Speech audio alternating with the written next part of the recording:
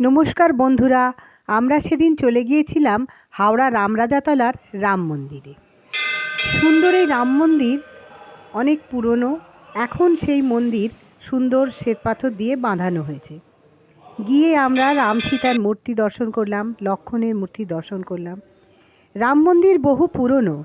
এখানে রামরাজাতলায় রাম ঠাকুরের পুজো হয়। বছরে একটা সময় 4 মাস রাম ঠাকুর এখানে এসে থাকেন। আর এই যে মূর্তিটি আপনারা দেখলেন সেটি এখানে সারা বছরই থাকে।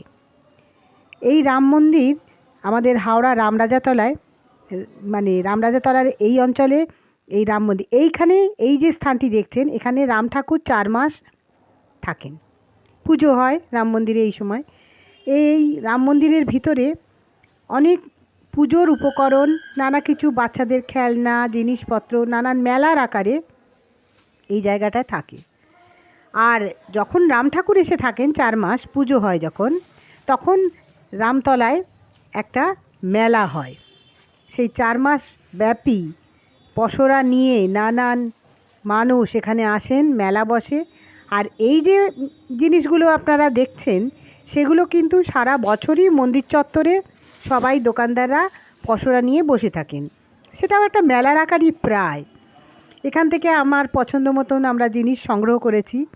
খুব সুন্দর সুন্দর জিনিস দোকানিরা নিয়ে বসেছেন। সবাই এসে এখান থেকে কেনে।